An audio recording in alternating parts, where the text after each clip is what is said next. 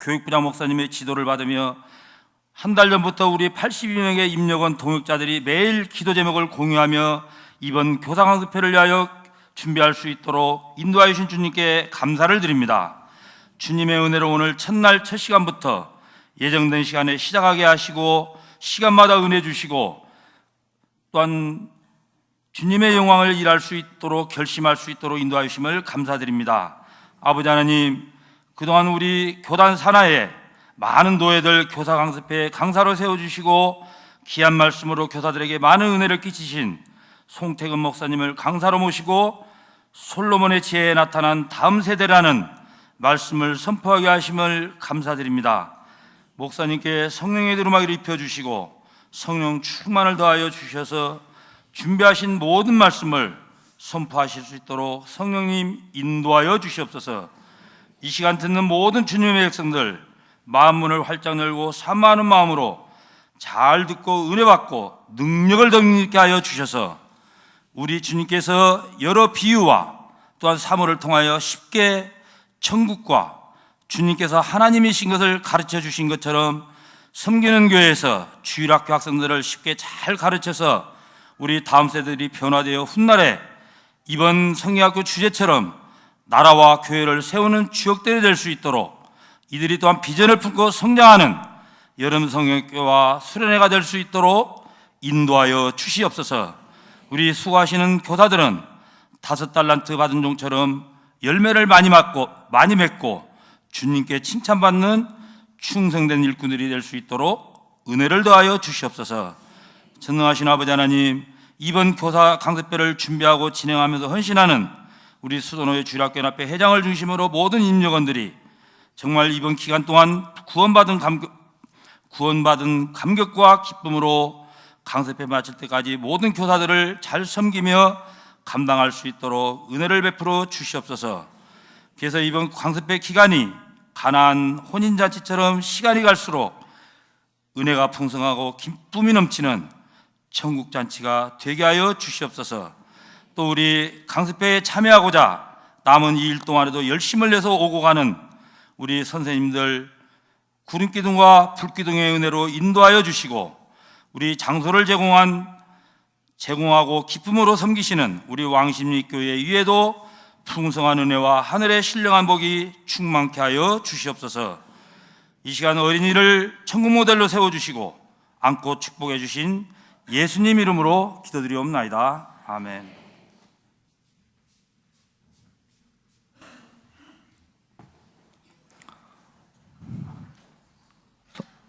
오늘 말씀은 열왕기상 3장 16절부터 28절 말씀입니다. 봉독해 드리겠습니다. 그때 창기 두 여자가 왕에게 와서 그 앞에 서며 한 여자는 말하되 내 주여, 나와 이 여자가 한 집에서 사는데 내가 그와 함께 집에 있으면 해산하였더니 내가 해산한 지 사흘 만에 이 여자도 해산하고 우리가 함께 있었고 우리 둘 외에는 집에 다른 사람이 없었나이다. 그런데 밤에 저 여자가 그의 아들 위에 누움으로 그의 아들이 죽으니 그가 밤중에 일어나서 이 여종 내가 잠든 사이에 내 아들을 내 곁에서 가져다가 자기 품에 누이고 자기의 죽은 아들을 내 품에 누였나이다. 아침에 내가 내 아들을 젖먹이려고 일어나 본즉 죽었기에 내가 아침에 자세히 보니 내가 낳은 아들이 아니더이다 하매 다른 여자는 이르되 아니라 산 것은 내 아들이요 죽은 것은 내 아들이라 하고 이 여자는 이르되 아니라 죽은 것이 내 아들이요 산 것이 내 아들이라 하며 왕 앞에서 그와 같이 쟁론하는지라. 왕이 이르되 이 여자는 말하기를 산 것은 내 아들이요 죽은 것은 내 아들이라 하고 저 여자는 말하기를 아니라 죽은 것이 내 아들이요 산 것이 내 아들이라 하는도다 하고 또 이르되 칼을 내게로 가져오라 하니 칼을 왕 앞으로 가져온지라. 왕이 이르되 산 아이를 둘로 나누어 반은 이 여자에게 주고 반은 저 여자에게 주라. 그 산 아들의 어머니 되는 여자가 그 아들을 위하여 마음이 불붙는 것 같아서 왕께 이르되 왕께 아뢰어 청하건대 내 주여 산 아이를 그에게 주시고 아무쪼록 죽이지 마옵소서 하되 다른 여자는 말하기를 내 것도 내게 말고 내 것도 되게 말고 나누게 하라 하는지라. 왕이 대답하여 이르되 산 아이를 저 여자에게 주고 결코 죽이지 말라. 저가 그의 어머니라 하매 온 이스라엘 왕이 심리하여 판결함을 듣고 왕을 두려워하였으니 이는 하나님의 지혜가 그의 속에 있어 판결함을 봄이더라. 아멘.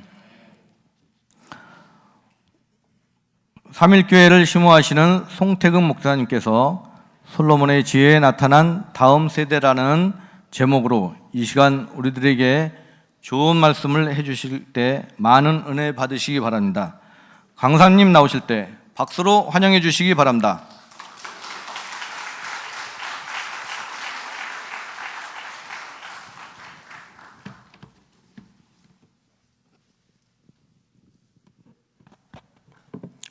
할렐루야. 자가 기도하겠습니다. 말씀의 저자이신 성령께서 이곳에 임재하시어 모든 선생님들의 심령을 열어주시고 오늘도 꼭 들려주실 말씀만 종이 전달하게 하여 주시옵소서. 예수님 이름으로 기도합니다. 아멘. 왕십리교회 건축할 때 임시 뭐라 그러죠?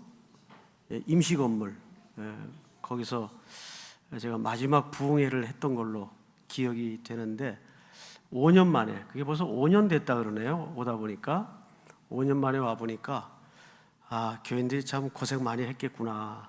이렇게 아름다운 예배당을 지어서 또 다음 세대를 위해서 쾌적한 공간을 마련한다는 것이 참 귀하다 하는 생각을 갖습니다.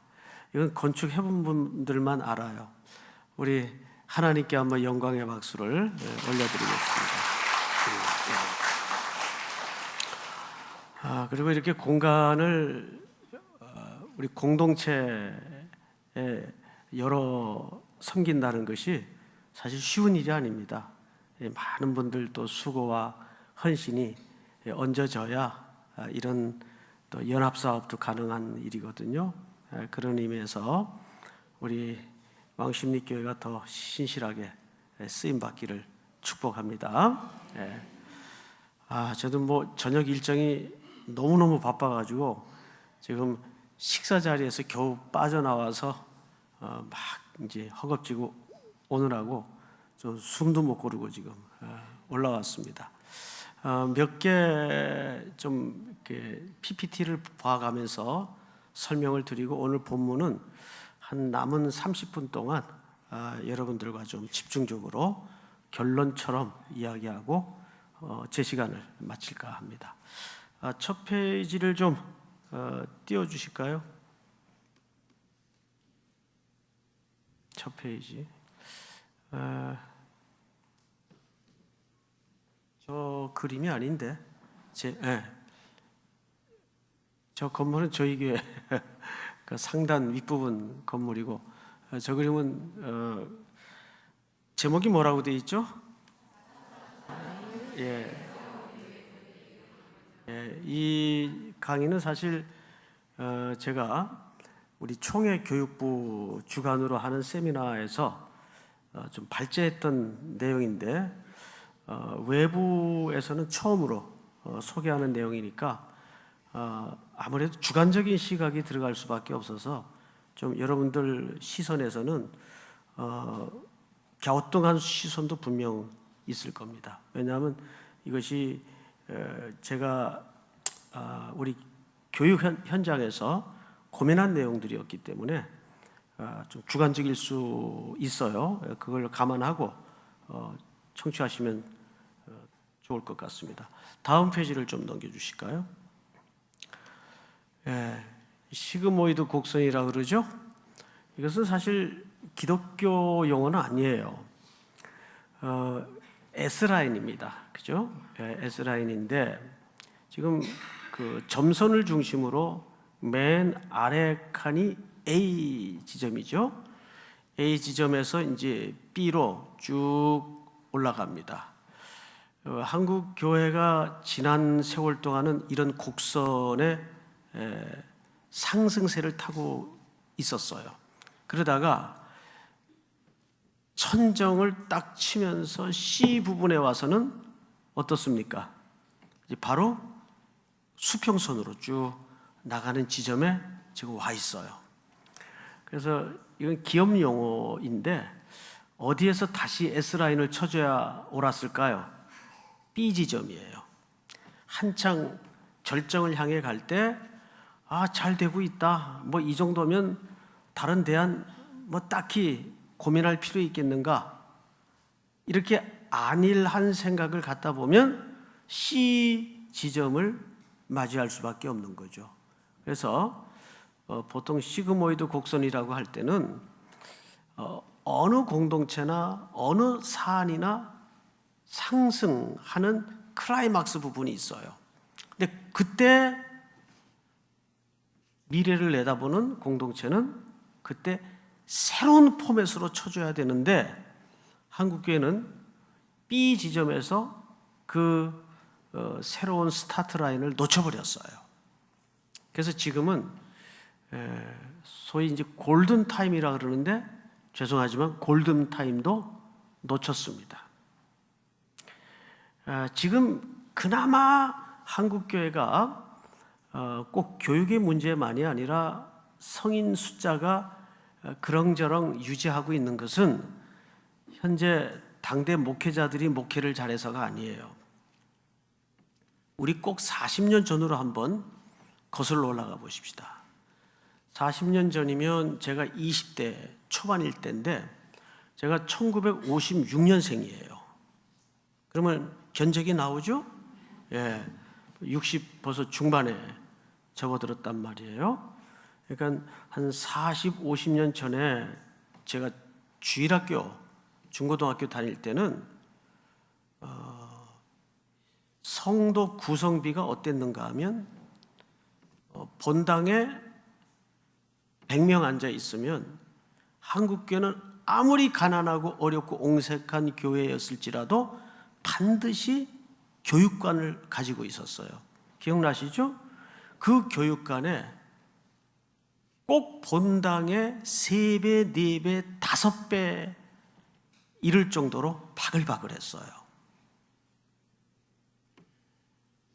그때는 애들도 많이 낳고 아니요. 우리는 자꾸 사회 지표를 들이대는데 그래서 요즘 껄핏하면 교사분들이나 목회자들이 엉뚱한 얘기들을 해요. 지금은 뭐 한 가정에 애들도 적고 또 옛날처럼 이렇게 학교 한 학급에 학생 수도 줄어가는 상황인데 여러분 왜 자꾸 그런 사회 지표가 우리의 복음 전도의 기초가 돼야 되죠? 우리는 그런 시선으로 볼 게 아니라 여전히 복음을 듣지 못하는 아이들이 많다는 사실을 배제해서는 안 돼요. 그게 기초가 돼야지 왜 자꾸 사회 현상, 사회 지표를 복음 전도의 걸림돌로 이해를 갖고 있습니까? 아니에요. 땅끝이 어디예요? 복음이 들어가지 않은 바로 거기가 땅끝 아니에요. 그런 의미에서 여전히 우리가 전도하고 복음 전해야 될 곳은 많습니까? 안 많습니까? 많아요. 왜 자꾸 사회 지표를 꺼내듭니까? 지금 통합 측 같은 교단에는 우리 합동 측과 양대 산맥을 이루는 교단인데 그쪽에 교육을 담당하는 총회 전문가에게 직접 들은 얘기인데 난 귀를 의심했어요. 목사님, 우리 교단 교회 학교가 없는 교회가 몇 프로인지 아세요? 내가 남의 교단 그걸 어떻게 압니까? 그랬더니 목사님 참고하라고 말씀드리는 건데 60%가 넘어가요. 놀랐죠? 예. 교회 학교 없는 교회가 지금 통합층만 해도 60%가 넘어가요. 지방은 아예 전멸이고. 그러면 우리 합동 측은 좀 나을까요? 거의 좀 맘먹는 수치를 육박하고 있습니다. 그러니까 이미 골든타임을 놓친 거예요. 바로 이 B 지점에서 S라인을 쳤어야 되는데 이 시기를 놓쳤어요. 이 위기의 조짐은 이미 2만 불 시대를 넘어가면서 대한민국 사회 깊숙이 들어와 있었는데 그걸 눈치채지 못한 거죠. 지금 이나마 한국교회가 현상 유지를 해놓고 있는 것은 그 40년 전 교육관을 메우던 코올릭의 아이들이 자라서 그나마 현상 유지가 지금 되고 있는 거예요. 그러면 이 얘기가 왜 중요한지 아십니까? 지금 한국교회 상황을 봅시다. 본당에 어른 1000명 앉아 있으면 교육관에는 딱 10분의 1이에요. 중고등부는 거의 전멸이고 청년부 100명 모이는 청년부가 많지 않아요. 자, 그러면 평균치를 내고 볼 때 딱 10분의 1이에요. 그러면 40년 후 무슨 계산이 나옵니까? 복잡할 거 없어요. 딱 10분의 1토막 난다고 보는 게 정확합니다. 어떡하죠? 그래서 오늘 우리는 이 문제에 대한 좀 진지한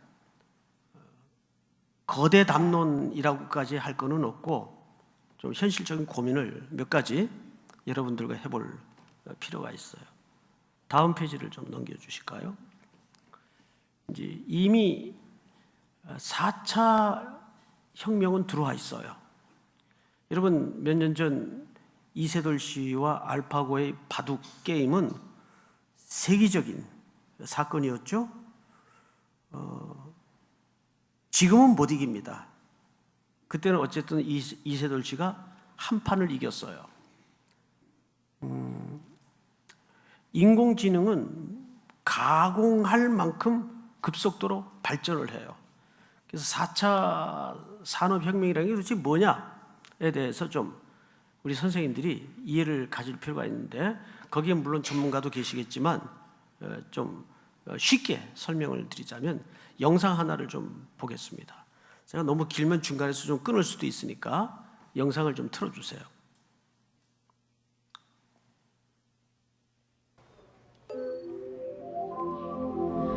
남자가 가정용 인공지능 로봇 아니타를 구입합니다. There she blows then. Your brand new synthetic. Unique styling, one of a kind. Standard domestic profile installed. That'll cover all your basic housework. I'll leave you to crack on. 그녀는 아름다우며 청소를 잘하고 아침 식사를 풍족하게 차릴 줄 압니다. 아내는 남편이 갑자기 사온 로봇에 당황합니다. 가정에 신경을 쓰지 못한 자신이 대체되는 듯한 느낌을 받습니다. Hello. You must be Laura. Small. 동화책을 딸에게 읽어주려 하지만 딸은 서두르지 않는 아니타를 더 좋아합니다. I'll take over now, Anita. No, I want her to do it. Reading to you is Mummy's job. But she doesn't rush. 가족들은 아니타가 차려준 아침 식사에 즐거워합니다. Party. So, this is what breakfast's supposed to be like. Dad, the jam's in a 영국 드라마 휴먼스는 인공지능 로봇이 생활화된 세상을 그리고 있습니다. 이 세상에선 로봇이 사람들의 귀찮은 일을 대신 해주고 있습니다. 딸은 이런 세상에 불만이 많습니다. Got from an A to a D in computers. I heard of this term. Oh, come on, that's bollocks. We all know what amazing minds you have. If you apply yourself, Yeah. you... Could be anything I want, right? What about a doctor? That would take me 7 years, but by then you'd be able to turn any old synth into a brain surgeon in 7 seconds. Just want you to do your best. My best isn't worth anything. 정서가 조금 불안해 보이는 엄마에게 아니타가 말합니다. However, it is self-evident that, in many ways, I can take better care of your children than you, Laura. What? I don't forget. I don't get angry, or depressed, or intoxicated. I am faster, stronger, and more observant. I do not feel fear. However, I cannot love them. 엄마는 반박하지 못합니다. 먼저 이야기하고 싶은 건 시기입니다. 언제쯤 약한 인공지능이 드라마와 같이 인간을 대체할 것이라 생각하시나요? 유발 하라리와 김대식 교수는 그 시기를 20년 후 정도로 보고 있습니다. 생각보다 꽤 빠르지 않나요? 약한 인공지능이 사람 수준으로 똑똑해지는 순간 대부분의 직업은 기계로 대체될 것입니다. 기계가 더 빠르고 값싸니까요. 24시간 일을 시켜도 불평이 없을 거고요. 그때 우리는 무슨 일을 해야 할까요? 예술을 하면 될까요? 안타깝게도 인공지능은 지금의 기술로도 바흐풍의 음악을 작곡하고 보흐풍의 그림을 그리고 미드 프렌즈의 새로운 대본을 쓸 수 있습니다. 코딩, 프로그래밍을 배우면 될까요? 앞으로는 인공지능이 웬만한 개발자보다 코딩을 잘할 것이라 합니다. 인공지능을 설계할 만큼의 전문성을 가지고 있지 않는 한 개발자도 대체될 수 있다는 것이죠. 네, 여기까지만 합시다. 좀 뒤에 장면이 몇 개 있는데 이제 인공지능에 의한 로봇이 얼마나 정교해지냐면 사람의 감정까지도 대체하는 무서운 현상이 사실은 벌어지고 있어요. 훨씬 짜증내고 불평하는 아내나 엄마보다 더 아이들에게 점수를 따고 호감을 사는, 그래서 인간의 자리를 밀어내는 이런 현상들이 현실화되고 있습니다. 그리고 우리가 이해하는 아이들의 정서도 많이 달라져요. 이제 그런 아이들을 우리가 만나야 됩니다. 그래서 우리 교사들이 그런 측면에서 정확히 준비되어 있지 않으면 교사들 자체도 엄청난 혼란을 맞이하게 됩니다.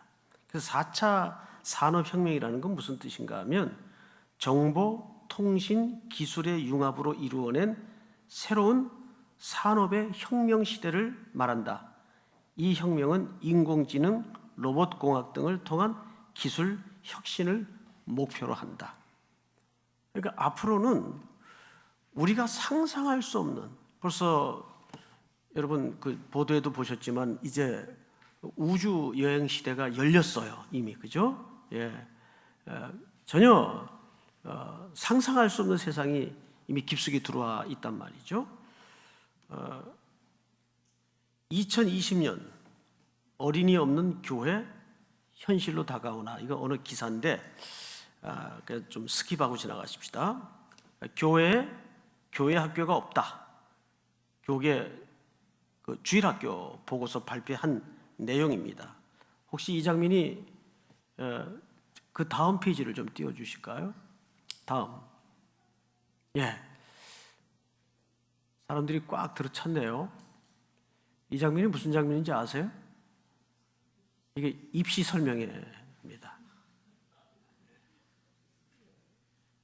인산인해를 이루고 있죠. 그러니까 아이가 없다는 말은 우리 핑계일 뿐입니다.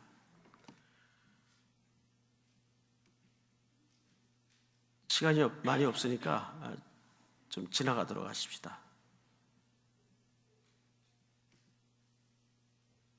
자, 웨스트민스터 소요리 문답 제1문에 사람의 제일 되는 목적이 뭐냐?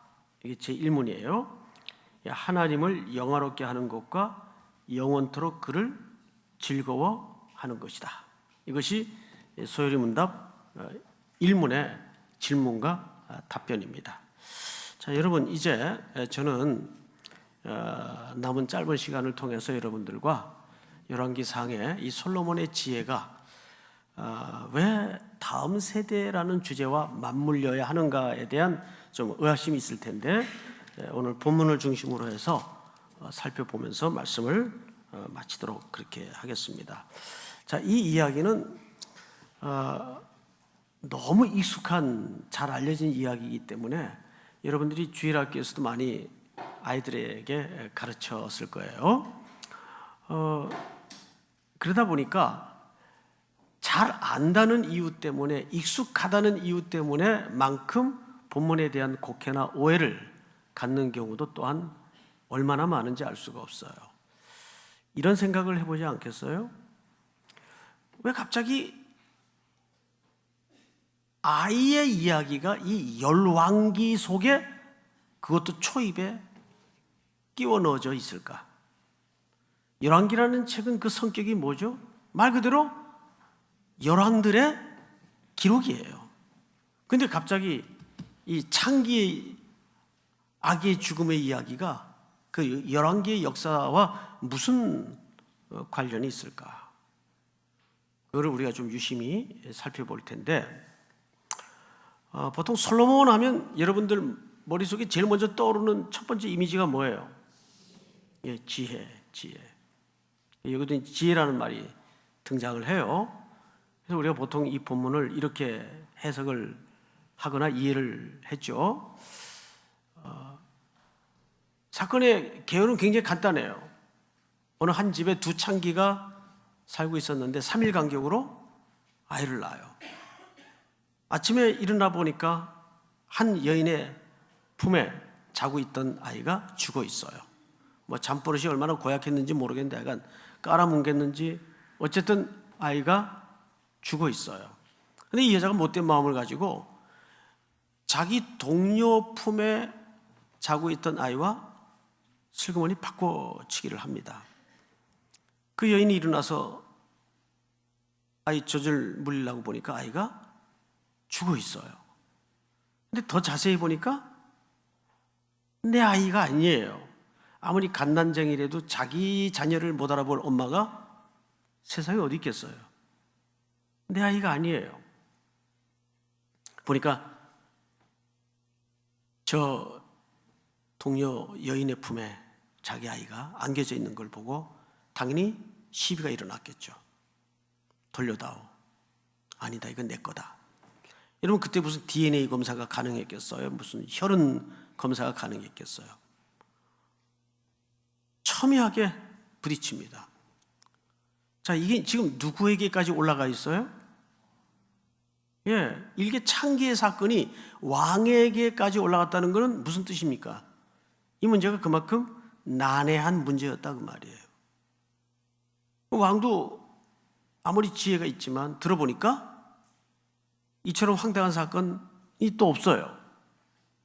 그래서 왕이 곰곰이 생각을 하다가 야, 칼 갖고 와라.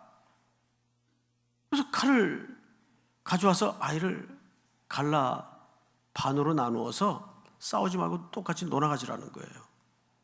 여러분, 이걸 판결이라고 했어요?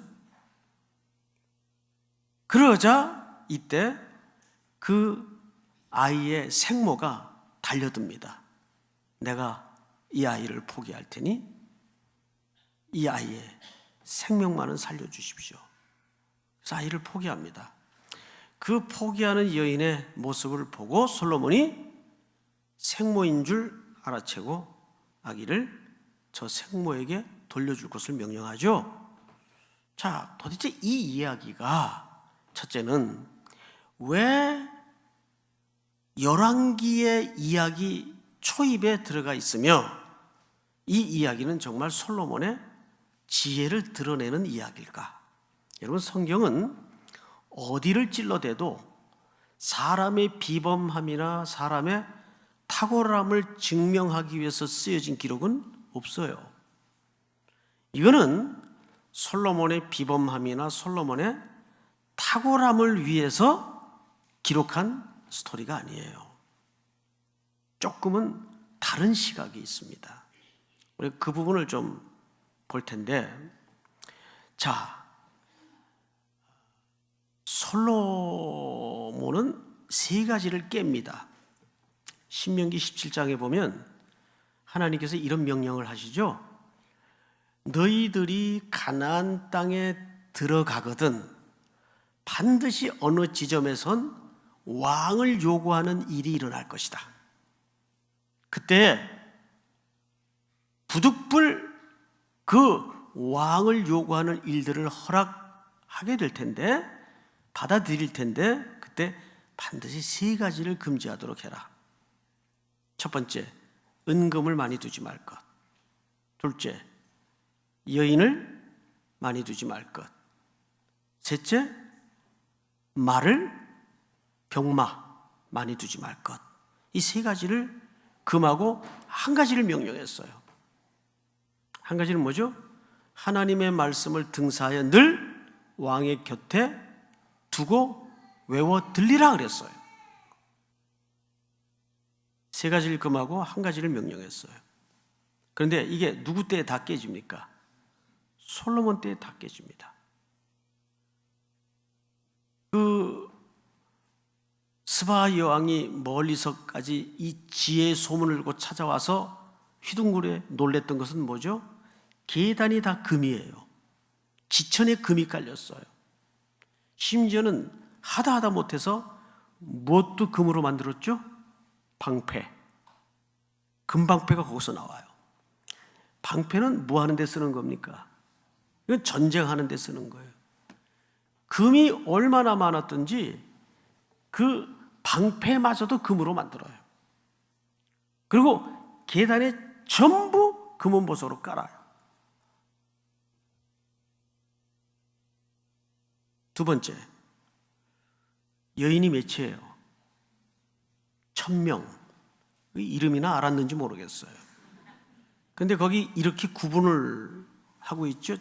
후궁이 700, 첩이 300입니다.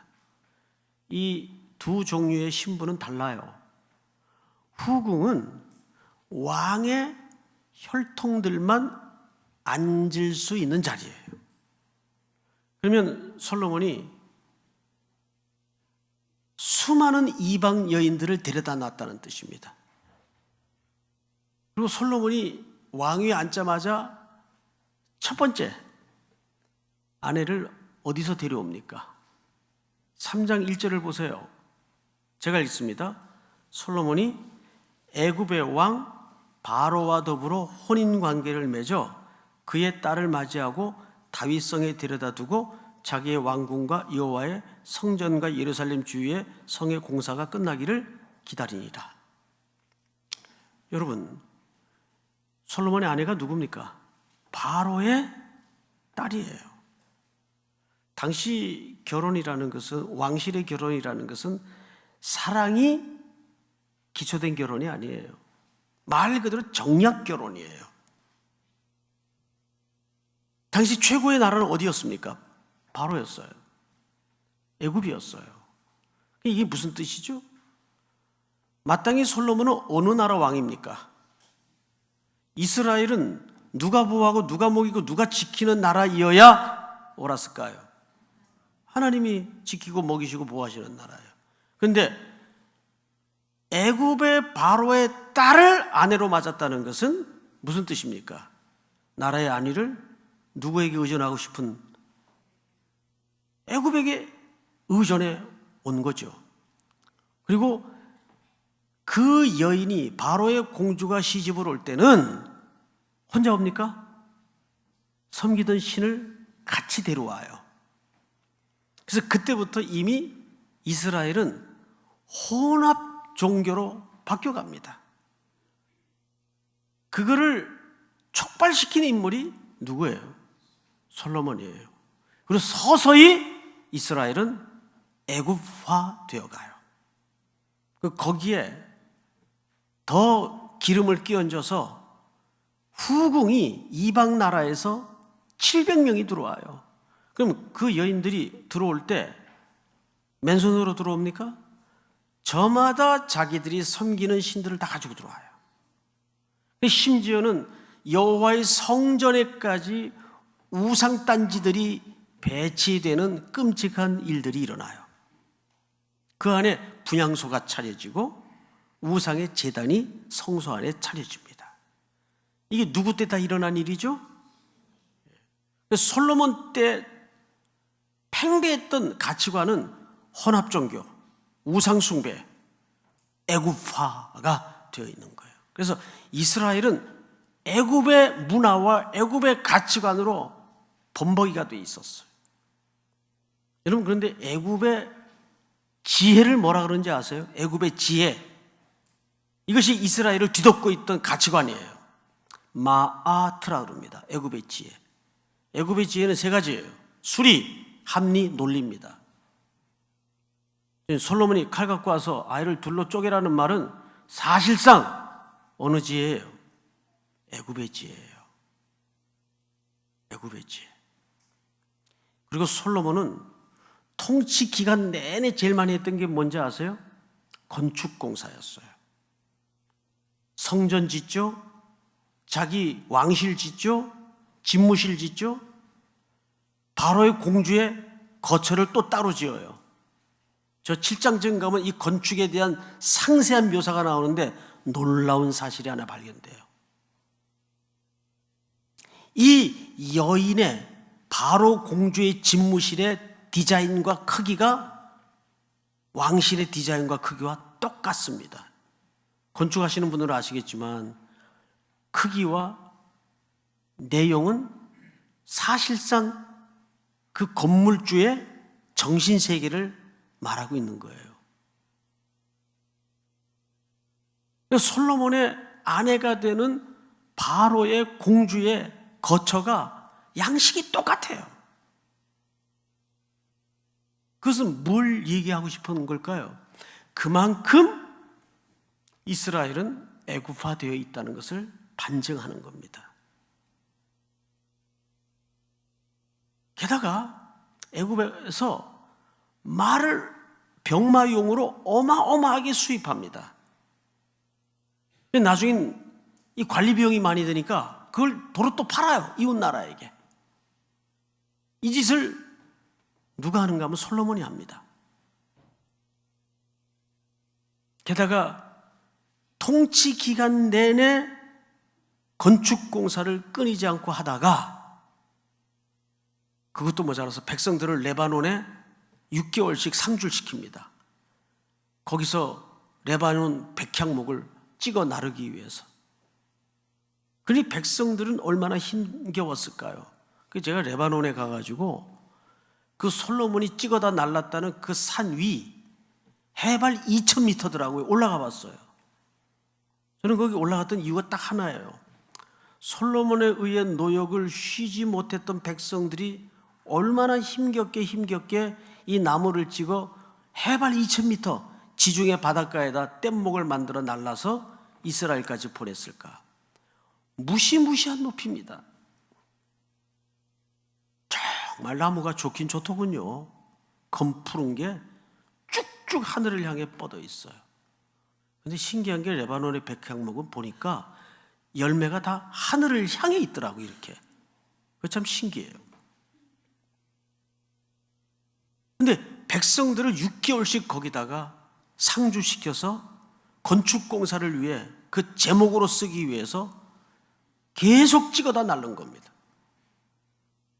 그러니까 나중에 솔로몬이 죽은 다음에 아들 르호보암이 왕이 돼야 되는데 원로들과 백성들이 찾아오죠. 여로보암과 함께. 이런 얘기를 합니다. 당신의 아버지 솔로몬은 우리에게 너무 힘겨운 고역을 시켰습니다. 과도한 세금과 노역을 시켰는데 그거를 감해 주시면 우리가 당신을 잘 섬기겠습니다. 르호보암이 돌려보낸 다음 며칠 있다가 어떤 답변을 내놓습니까? 우리 아버지는 채찍으로 너희를 다스렸지만 나는 전갈로 너희를 다스리겠다. 그 이후로 나라가 두 쪽이 나는 거예요. 여로보암을 중심으로 한 나라가 북이스라엘로 형성이 되고 르호보암을 중심으로 남유다가 만들어지는 거예요. 이게 누구 때 다 일어난 일입니까? 솔로몬 때 다 일어난 일이에요. 자, 다시 원래 이야기로 돌아와서 생각을 해보세요. 이게 솔로몬의 지혜를 드러내기 위한 스토리일까요? 아닙니다. 자, 일단 성경을 잘 보시면 3장 마지막 절에 이게 솔로몬의 지혜인지 누구의 지혜인지 다시 한번 본문을 꼼꼼히 보자고요. 제가 읽겠습니다. 온 이스라엘이 왕이 심리하여 판결함을 듣고 왕을 두려워하였으니 이는 솔로몬의 지혜입니까? 하나님의 지혜입니까?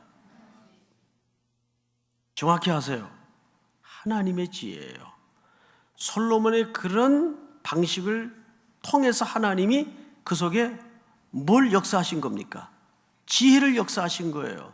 그러면 도대체 여기서 말하는 하나님의 지혜란 뭘까요? 자,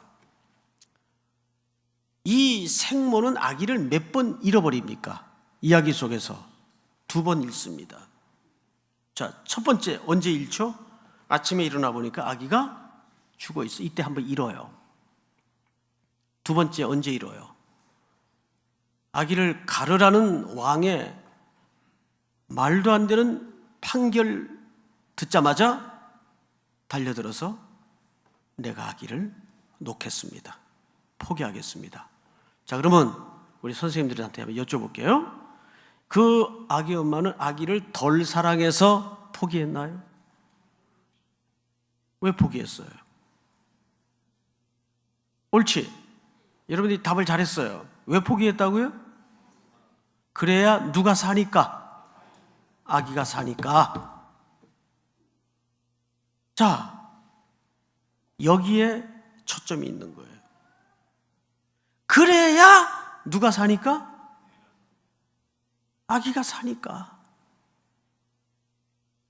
이 엄마는 아기를 살리려고 아기를 포기해야 했어요. 이게 누구 마음이죠? 자, 여기서 우리는 조금 개론학적인 접근이 필요한데 생각을 해보세요. 열왕기라는 책은 언제 쓰여진 책입니까? 포로기에 쓰여진 책이에요. 이스라엘 백성들이 우상숭배에 빠지고 하나님 신뢰하지 않고 말 안 듣다가 아수르와 바벨론에게 차례로 망하면서 몽땅 뽑혀서 어디로 옮겨져 갔습니까? 그 뜨거운 태양의 나라 바벨론으로 끌려갑니다. 그리고 거기서 뭘 하죠? 그 물 없는 사막 천지의 땅에다가 이 히브리 노예들이 되어서 관계수로를 파요. 그래서 시편에 가끔 포로들의 노래가 나오죠. 강변에 그 다 정관사가 붙어 있어요. 왜냐하면 그게 관계수로이기 때문에 그렇습니다. 그 누가 판 거예요? 매일 일정량의 물기를 파야 돼요. 그 무시무시한 태양을 맞으면서 거기에 조금이라도 빈틈이 보였다간 등에 가차없이 채찍이 날아듭니다. 자, 이걸 1년 해요 지금? 70년 동안. 자, 이때 이 히브리 노예들에게 어떤 일이 벌어졌을까요? 신학적으로 흔들려 버렸어요. 안 그래도 불신앙 덩어리의 백성들인데 그 피비린내 나는 고난이 겹겹이 쌓여오자 신학이 흔들려 버렸어요. 신학이 흔들려 버리니까 뭐가 흔들려 버려요? 신앙이 흔들리죠. 어떻게 흔들렸을까요? 하나님이 어디 있어? 여러분, 그 당시에 나라와 나라의 전쟁은 잘 아시죠? 누구와 누구의 싸움이에요? 신과 신들의 대결이에요. 그러면 당연히 지금 끌려온 히브리 노예들의 입장에서는 왜 신학이 흔들렸을까요? 하나님에 대한 이해를 잘 못하고 있으니까 누가 진 거예요? 하나님이 진 거예요. 무능한 하나님, 우리의 고통도 돌아보지 않는 하나님, 그 하나님이 존재한들 우리를 이렇게 방치해 두시는 무능한 하나님, 하나님이 어디 있어? 흔들려 버린 거예요. 신학이 흔들리니까 신앙이 흔들렸어요. 이때 한 선지자의 붓을 들게 해서 이 책을 쓰게 하는 거예요. 열왕기서를. 그러면 이 열왕기서를 제일 먼저 읽어야만 됐던 독자는 누굴까요? 예? 포로들이잖아요. 포로들이 이 글을 제일 먼저 읽는 첫 번째 독자예요. 그러면 이 글을 읽으면서 포로들이 무슨 도전과 깨우침이 들어왔을까요? 우리가 말씀을 떠난 결과였구나. 우상 숭배에 빠진 결과였구나. 하나님 앞에 음행한 여인과 같은 삶을 살았던 결과였구나. 그래서 히브리 노예들 속에 어떤 운동이 일어나죠? 그 유명한 회당 운동이 일어나요. 원래 회당이라는 것은 예수님 시대에 있었던 것이 아니고 포로기에서 시작된 겁니다. 그래서 이 포로들이 왜 회당 운동을 일으켰는가 하면 우리는 불순종해서 이런 처벌을 하나님 앞에 형벌로 받고 있지만 우리 다음 세대에게만은 다시는 이 뼈아픈 역사를 물려줘서는 안 되겠다. 그래서 회당을 만들어서 서기관이라는 직책을 생성해서 뭘 가르치기 시작한 거예요? 하나님의 말씀을 가르치기 시작한 거예요. 여러분, 여기에서 시작된 이 부흥의 씨가 그들이 귀한 후에 수문학 광장에 부흥의 불씨로 일어난 겁니다. 그들이 포로에서 돌아왔다고 갑자기 수문학 광장에 부흥이 일어난 게 아니에요. 그들이 바벨론에 끌려가 포로 생활을 하면서 이 열왕기서라는 책을, 선지자의 글을 읽으면서 이게 우리 이야기였구나. 하나님이 무능했던 것이 아니라 이러지 않으면 이 백성들을 고칠 수 없기에 사랑하고 사랑하는 자기 자녀를 불구덩이에 던진 거예요. 마치 누구처럼? 그 생모처럼 이 아기를 살리려고 아기를 2번씩 잃은 거예요. 하나님도 이 백성들을 살리려고 어떻게 하신 거예요? 전쟁에 패하게 만들어요. 한 번 잃어버려요.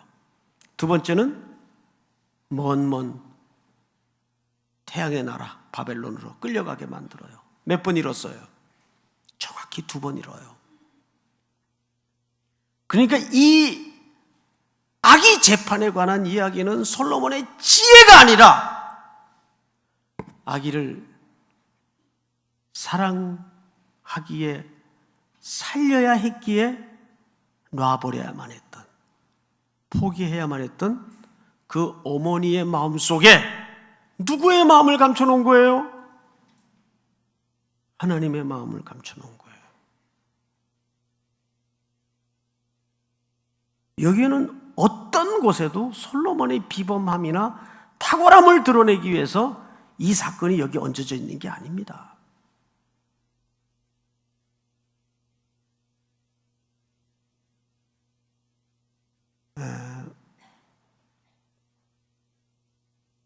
제가 얘기를 하나 하고 마칠게요. 미국에 가면 좋은 대학이 많죠? 여러분들이 생각하는 미국의 제일 좋은 대학은 어느 대학 같아요? 예? 하버드. 한국 분들은 이제 하버드밖에 몰라요. 하버드 좋은 대학이죠. 근데 사실 미국에는 어느 대학이 좋다, 나쁘다, 덜하다, 위다 이런 개념보다는 그 교수님, 그 학과 이게 사실은 더 중요합니다. 그런데 미국에 가면 하버드 교수들이 제일 이직하고 싶어하는 대학이 하나 있어요. 그러니까 더 궁금하죠. 어느 대학일까요? 듀크 대학이라는 대학이 있어요. 듀크 대학. 혹시 들어는 보셨어요? 아주 좋은 대학입니다. 항상 그 미국에서는 매년 대학 랭킹을 발표하는데 거기에 한 번도 10위 밖으로 나간 적이 없는 좋은 대학이에요. 미국에서 10등하면 세계에서 10등이죠. 서울대가 100위 안에 들어갔다 나왔다 그래요. 그러니까 어느 정도 수준인지 알겠죠? 거기에 댄 엘리얼이라는 교수님이 계세요. 댄 엘리얼이. 제가 그분을 직접 뵌 적은 없는데 처음에 뵌 것이 영상으로 뵀어요. 혹시 그 아이패드 쓰시는 분들 테드라는 프로그램 아세요? 테드. 그 테드에 들어가면 10분짜리 또는 20분짜리 압축된 양질의 최고의 강의들이 거기 수천 편이 올라와 있어요. 저는 이제 매주 들어가서 거의 하루에 한 편씩 이렇게 찾아서 그 다양한 주제들이 얹어져 있으니까 아주 유익한 정보들이 참 많습니다. 그리고 그 세계의 그 구석구석 숨어 있는 보석 같은 강사들의 강의를 들을 수 있기 때문에 영어를 몰라도 그 누가 친절하게 또 이렇게 자막을 다 입혀놨어요. 그래서 걱정하지 말고 들어가시면 됩니다. 보다가 바로 이 댄 엘리어리 교수님의 영상을 우연히 클릭하게 됐어요. 그러다가 끝까지 보게 됩니다. 두 가지 이유 때문에. 하나는 당연히 강의가 좋았고, 두 번째는 모습이 너무 이상해. 그 강의 속에서 자기 사연을 얘기하는데, 고등학교 다니던 17살 어느 날 학교에서 화학 실험을 하다가 폭발 사고가 일어난 거예요. 그래서 그 불구덩이를 다 뒤집어 쓴 겁니다. 그래서 전신에 60에서 70% 화상을 입어요. 이 정도 되면 거의 의사들 얘기로는 죽는답니다. 근데 이분이 천운으로 목숨을 건졌어요. 근데 이런 화상 치료는요, 달리 방법이 없어요. 제일 무서운 게 염증, 상체에 염증이 생기는 거고, 왜냐하면 염증이 생기다 보면 바이러스가 감염이 될 위험이 있기 때문에 침대에 꼼짝없이 누워서 2년 가까이를 매일 아침 저녁으로 간호사분들이 들어와서 이제 처치를 합니다. 약 주고 주사 놓고 워낙 심하니까. 그리고 이제 제일 어려운 게 그 전신에 들러붙은 꺼지를 매일 갈아대야 돼요. 이게 얼마나 힘들어요. 그러니까 이분 모습을 보니까 전부 녹아내리고 흘러내리고 들러붙어가지고 아주 어려운 외형을 갖고 있어요. 이 꺼지를 갈아대는데, 야, 내가 이러고 회복돼서 나간들 사람 구실 하겠나? 그래서 몇 번 목숨을 놓을까도 했답니다. 아주 위험한 생각을 몇 번 했대요. 꺼지를 갈아대다가 유심히 우연히 그 간호사분들의 행동을 관찰을 하게 됩니다. 이분이. 근데 2년 동안 지켜봤는데 딱 두 종류가 있더래요. 한 종류는 들어와서 워낙 이제 보기가 흉하니까 환자를 제대로 쳐다보지도 못하고 이제 핀셋으로 집어서 꺼지를 어쨌든 갈아야 되니까 전신에 꺼지를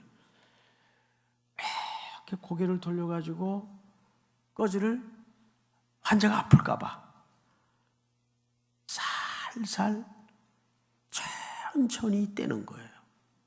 이렇게 살살 천천히 떼는 건 좋은데 통증의 길이는 예? 길이는 길어지는 거죠. 예? 예. 근데 또 한 종류는 역시 들어와서 환자가 아플까봐 옳게 쳐다보지도 못하고 꺼지를 떼는데 어차피 아픈 거 시간이라도 짧게 해주자고 확 잡아떼는 거예요. 그러면 통증의 시간은 짧아서 좋은데 통증의 강도는 충격적인 고통이 전신을 뚫고 지나가는 거죠. 예. 이렇게 두 종류가 있더래요. 그런데 제가 그 다음 말에 혼자 그렇게 웃기는 오랜만이에요. 너무 웃었어요. 근데 이 교수님이 아주 강의도 잘해요. 근데 그 다음에 무슨 말을 했는가 하면 송 목사가 왜 웃었을까요? 그러더라고요. 근데 여러분 2년 동안 한 간호사는 확 잡아댔다가 한 간호사는 천천히 잡아댔다가 하는데 다 환자를 위해서 그랬어요. 근데 2년 동안 단 한 번도 아픈 나한테 저 천천히 떼드릴까요? 빨리 떼드릴까요? 한 번도 물어본 적이 없대요. 어떡하죠? 내가 왜 웃었을까요? 우리가 저런 식이겠다. 하나님 앞에 섬기고 봉사한다고 하면서 우리가 이런 식이겠다.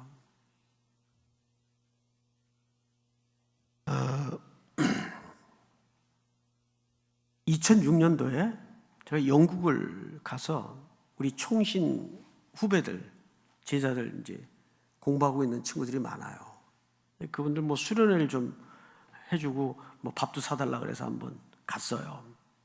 오전에 강의하고 저녁에 집회하고 낮에 우두커니 숙소에 있는데 후배들이 들어와요. 선배님 뭐 다른 스케줄 없어요? 없는데. 그럼 저희 차 있으니까 투어를 좀 시켜드리겠대요. 아, 나 그냥 쉴래 그랬더니 종교개혁의 발상지, 부흥의 진원지 몇 군데만 그래도 여기까지 오셨으니까 돌아보시래요. 알겠다고 따라 나갔어요. 한 블록쯤 나가다가 어느 교회 앞에 서요. 교회 앞에. 근데 그 교회 입구에 무슨 교회라고 써 있질 않고 분명히 교회인데 무슨 왕십리 펍 이렇게 써 있어요. 펍이 뭐예요? 주막집이에요. 술집. 교회인데 난 이거 글에나 소문에나 듣긴 했어도 그걸 눈으로 보니까 얼마나 충격이 오는지. 그래 이제 예배당 문을 쑥 열고 들어가 봤더니 그 옛날 어르신들의 예배드리던 의자도 그대로, 강대상도 그대로, 찬송가 몇 장, 숫자 걸어놓는 팻말도 그대로, 올겐도 그대로. 근데 거기서 담배 연기 자욱한 한가운데에서 술잔이 오고 가고 술이 팔려지고 있었어요. 이런 예배당 아닌데 왜 제가 물어봤어요. 아니 술집에 넘겼으면 디스플레이를 새로 하든지 하지 이건 왜 그대로 두냐 그랬더니 이래야 술 맛이 난다고 일부러 그런데 일부러. 그런데 이렇게 술집에 넘어간 교회가 블록마다 있어요. 얼마나 쇼크를 받았겠어요. 마지막에 우리 한국 선교 역사와도 뗄래야 뗄 수 없는 하노버라는 데를 갔어요. 멀지 않더라고요.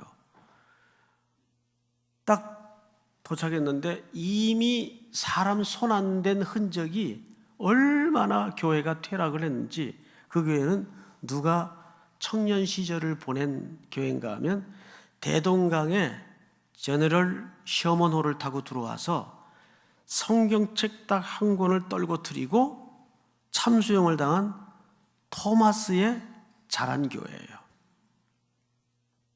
이게 딱 도착했더니 벌써 무릎까지 자풀이 올라와 있고 학교 정문처럼 기둥이 서 있는데 그 기둥에 게시판이 있어요. 한 달 설교 스케줄이에요. 그래서 누가 무슨 설교 무슨 제목을 하나 이렇게 보니까 영어 단어는 알겠는데 무슨 뜻인지 모르겠어요. 말이 안 되죠? 첫째 줄 members, 8월 첫째 members, 둘째 members, 셋째 엘더 누구누구, 네 번째 members. members라는 것은 그 단어는 알겠는데 뭘 의미하는지를 모르겠더라고요. 그래서 이제 후배들한테 이 뭘 얘기하는 거냐 그랬더니 이래 보더니 선배님 이건 다른 게 아니고 이 교회가 담임 목회자가 지금 공석인 지가 여러 해가 돼서 오질 않는데요. 그래서 그저 할머니 몇 분, 할아버지 몇 분 모이는데 자기네들끼리 모여서 말씀 한 절 읽고 그게 멤버스예요. 그리고 이제 세 번째 주 엘더는 그 건넌 마을 어느 장로님이 오셔서 스피치하기로 되어 있는 주간을 게시해 놓은 거예요. 그 설명을 들으면서 삐그덕거리는 나무 계단을 올라 요 한 반쪽밖에 안 되는 그 본당 안에 딱 들어갔더니 이쪽 벽에 바로 그 토마스의 얼굴이 사진으로 걸려 있고 그 옆에는 눈물겨운 조각 하나가 걸려 있어요. 토마스의 사진 옆에. 누가 그 시절에 이 청년을 극도 이름도 모를 나라에 파송해 놓고 어디서 그림을 봤는지 나무로 한국 태극기를 조각을 해 놓은 거예요. 그걸 토마스 얼굴 옆에 걸어 놨더라고요. 그리고 이 청년을 위해서 기도의 더운 입김을 뿜어내며 이 사람들은 얼마나 기도했을까? 극동의 이름도 모를 나라를 위해서. 그랬던 교회가 지금은 싸늘하게 식어 있어요. 심지어는 교회를 섬길 목사가 없어서 몇 년째 이 교인들끼리 와서 그냥 돌아가면서 구역 예배 드리듯 예배 드리고 가고. 그리고 이제 숙소로 돌아왔네요. 내내 그 잔상이 지워지질 않아요. 저녁 먹으러 해서 나갔더니 식당에 아까 그 후배들이 테이블에 앉아 있더라고요. 그래서 같이 앉아서 기도를 하고 이제 밥술을 뜨는데 내내 쌓인 궁금증이 하나 있었어요. 이제 이 친구들은 뭘 하는 친구들인가 하면 그 유럽의 종교개혁사, 영국의 개혁주의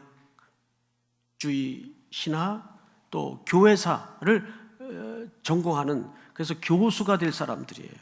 그러니까 신학자요 역사학자들입니다. 지금 들어와서 다 교수를 하죠 지금.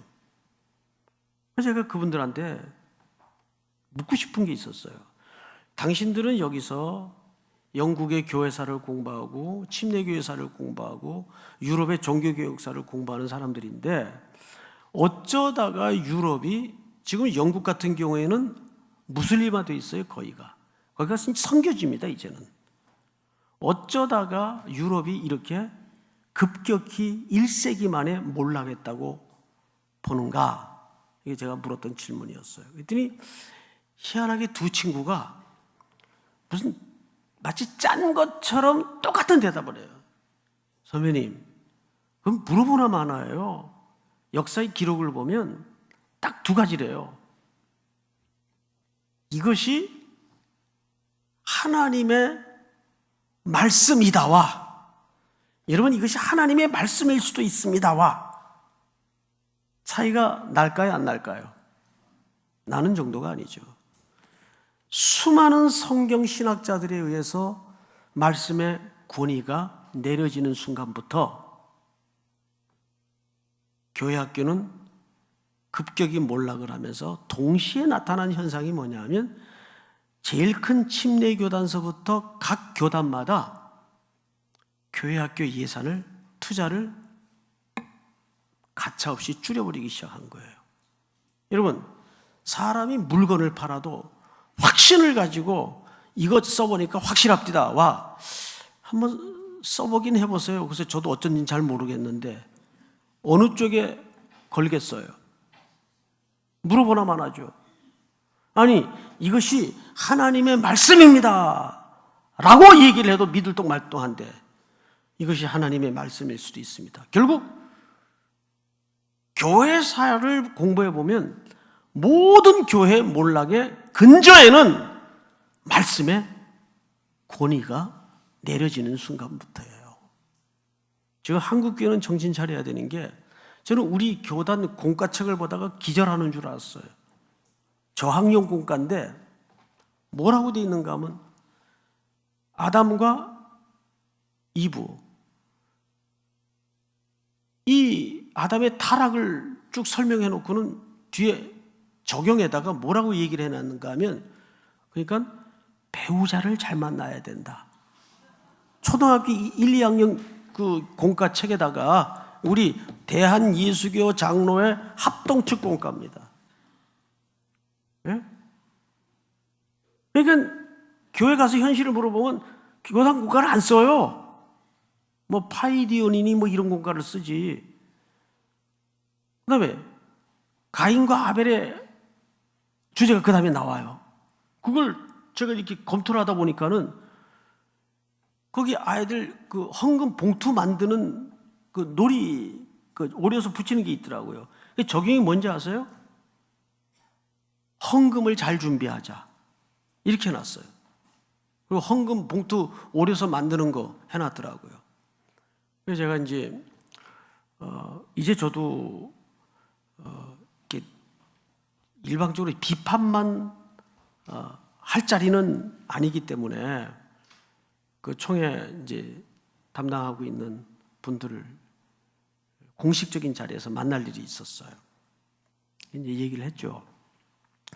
이 공과 좀 전면 이거 검토해야 됩니다. 그랬더니 문제는 돈 문제예요. 재정이 없으니까. 그래서 학교 다니시는 전도사님들 뭐 한 과씩 이렇게 뭐 파트씩 맡겨가지고 허겁지겁 공과를 만드는 거예요. 그 전문 교육을 공부한 신학과 교육을 공부한 분들이 들러붙어서 몇 년씩 고민해도 들똥말똥한 걸 갖다가 이제 한 3주 전에 제주도에서 그 네가 쓴소리 했으니까 그 한번 와서 얘기 좀 해봐라 그래가지고 갔어요. 가서 그 가니까 뭐 이제 총회장님도 오시고 다 이제 전문가들 학교 총신의 기독교 교육학 교수님들도 오시고 해서 정말 11시 반까지 밤 11시 반까지 그런 일이 처음이래요. 이 교단의 공과를 통합형 공과로 다시 만들어야 된다. 이미 시작한 걸 할 수 없고 그래서 돈 없으면 돈을 내자. 말만 하면 안 되잖냐. 명분만 자꾸 주장하면 안 되니까 돈이 필요하면 돈을 걷어서라도 내자. 저희 교회도 말한 책임 때문에 엊그제 돈을 좀 보내드렸어요. 왕십리 교회는 이제 건축하고 나서 얼마 안 돼서 지금 부채가 많을 거예요. 알아요. 그래 이런 문제는 우리가 교단 차원에서 100년 대계에 관한 문제니까 좀 서로 힘들어도 재정도 보태고 또 무엇보다도 우리 선생님들이 너는 진리의 말씀을 옳게 분별하며 부끄러울 것이 없는 일꾼으로 인정된 자로 자신을 하나님 앞에 드리기를 힘쓰라. 거기에서 분변이라는 말이 무슨 뜻이에요? 이게 오르도 플러스 토메오라는 말인데 로마 시대의 로마 군인들은 전쟁을 하기 전에 반드시 뭘 먼저 닦았죠? 길. 이게 오르도라는 말은 길을 내는데 바로 낸다 그 뜻이에요. 여러분들은 누굽니까? 길 내는 사람들이에요. 근데 길 잘못 내면 어떡하죠? 다 죽어요. 그 길로 따라 들어오던 영혼들이 다 죽어요. 그래서 오르도 토메오 분변이라는 말은 오르도 길을 내다. 어떻게? 바로 내라. 그래서 그 길이 닦여지면 병력이 들어가고 물자가 들어가고 무기가 들어가서 그 길 끝에 로마 엠파이어가 형성이 되는 거예요. 바울은 이걸 차용해서 뭐라고 얘기했죠? 복음의 진보를 나타내라. 그 진보가 뭐냐 하면 길 끝에 하나님의 통치와 하나님의 나라가 임하도록 하라 그 말이에요. 그걸 진보라 그러죠. 사랑하는 우리 교사님들, 교회에서 3D 직종 중에 하나 아닙니까? 교사 직책이. 그 수고를 너무 잘 알죠. 그러나 우리가 조금 더 이왕 몸바쳐 하는 헌신, 하나님 앞에 바르게 맡겨진 영혼들 붙들고 계속해서 눈물겨운 씨름 감당할 수 있는 은혜가 있기를 주의 이름으로 축복합니다. 저는 여기서 물러가겠습니다.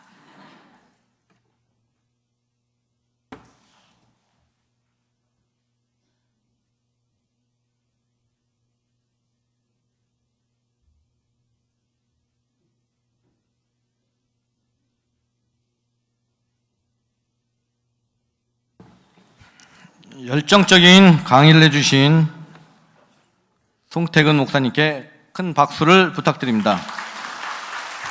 그리고 하나님께 영광의 박수를 해주시기 바랍니다.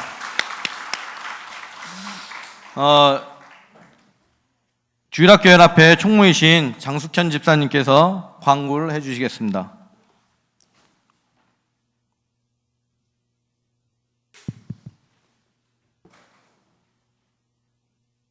제48회기 여름성리학교 강습회 중에 귀한 특강 시간을 마련해 주신 하나님의 섭리에 감사와 영광을 올려드립니다. 특별히 말씀을 전해주신 우리 송태근 목사님께 더욱더 감사드리고요. 또 축도를 해주실 우리 증경노회장 박종호 목사님께도 감사드립니다. 내일하고 모레 성경 공부를 들으시려면 1층 로비에 있는 그 총회 공과 교재를 반드시 구입하셔야 됩니다. 그래야지만 귀로만 듣지 않고 보고 그다음에 직접 할 수가 있습니다. 그래서 그걸 갖다가 1층 로비에서 구입을 해주시면 감사하겠습니다. 돌아가는 발걸음에도 성삼위 하나님의 크신 은혜와 사랑이 가득하시기를 기도하겠습니다. 아리올교회를 심호하시고 증경노회장이신 박종호 목사님께서 축도해 주시겠습니다.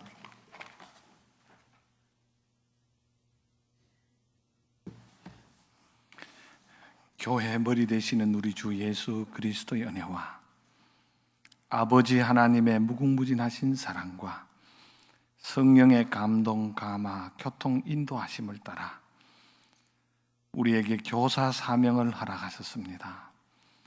그 사명을 성령이 말하게 하심을 따라 말함으로, 가르침으로 하나님의 나라가 확장되고 열매 맺는 역사가 교사들을 통해서 이루어질지어다.